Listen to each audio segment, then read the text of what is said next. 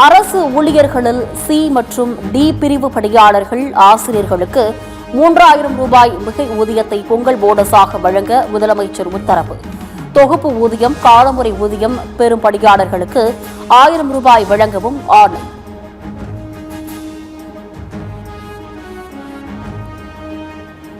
பலவீனமாக இருந்தாலும் அதிமுக தான் திமுகவின் எதிரி கட்சி. துணை முதலமைச்சர் உதயநிதி ஸ்டாலின் விமர்சனம்.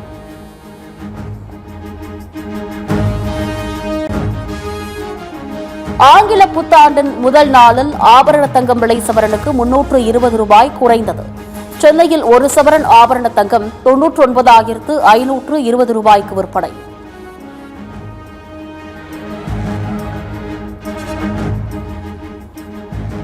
தங்கத்தை தொடர்ந்து வெள்ளியின் விலையும் குறைந்தது. கிராமிற்கு 1 ரூபாய் குறைந்து 256 ரூபாய்க்கும் 1 கிலோ 2,56,000 ரூபாய்க்கும் விற்பனை.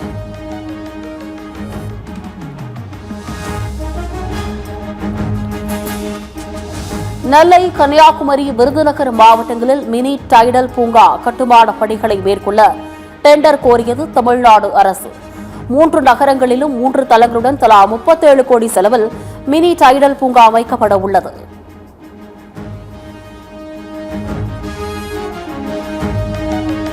ரசிகர்களுக்கு நடிகர் ரஜினிகாந்த் புத்தாண்டு வாழ்த்து. சென்னை போயஸ் கார்டன் இல்லத்தின் முன்பு கூடிய ரசிகர்களை சந்தித்து புத்தாண்டு வாழ்த்து கூறினார்.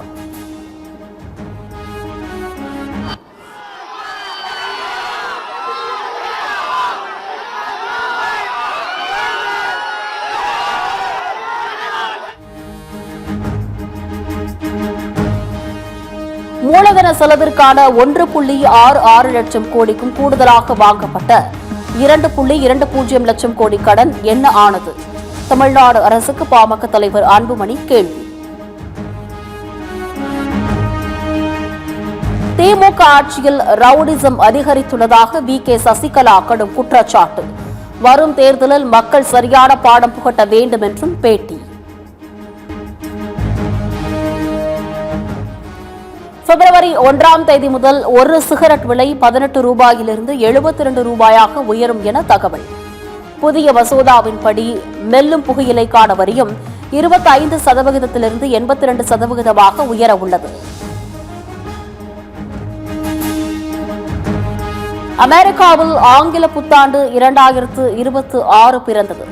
நியூயார்க் டைம்ஸ் சதுக்கத்தில் கூடிய மக்கள் ஒருவருக்கொருவர் வாழ்த்துக்களை பரிமாறி உற்சாக கொண்டாட்டம்.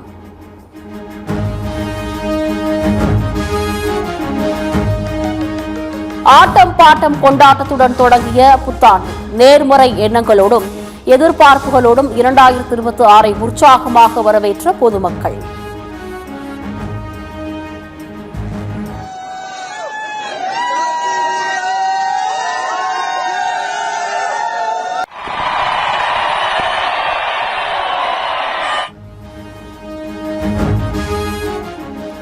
நாளை திருச்சி செல்கிறார் முதலமைச்சர் மு க ஸ்டாலின். மதிமுக பொதுச் செயலாளர் வைகோவின் நடைபயணத்தை முதலமைச்சர் மு க ஸ்டாலின் நாளை தொடங்கி வைக்கிறார்.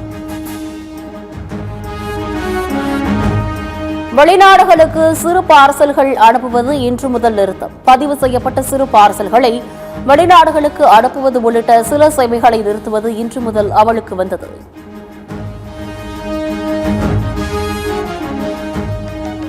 காய்ச்சல் வலி நிவாரணத்திற்கு பயன்படுத்தப்படும் நிம்சுலைட் மருந்திற்கு மத்திய அரசு தடை.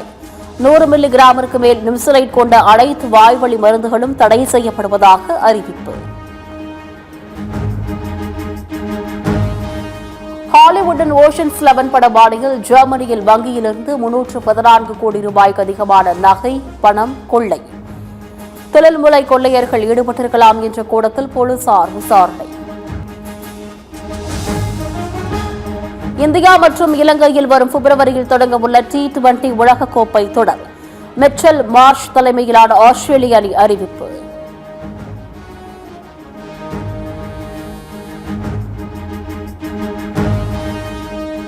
புதின் வீடு மீது உக்ரைனின் ஆளில்லா விமானம் தாக்குதல். வீடியோ வெளியிட்டு உறுதிப்படுத்திய ரஷ்யா.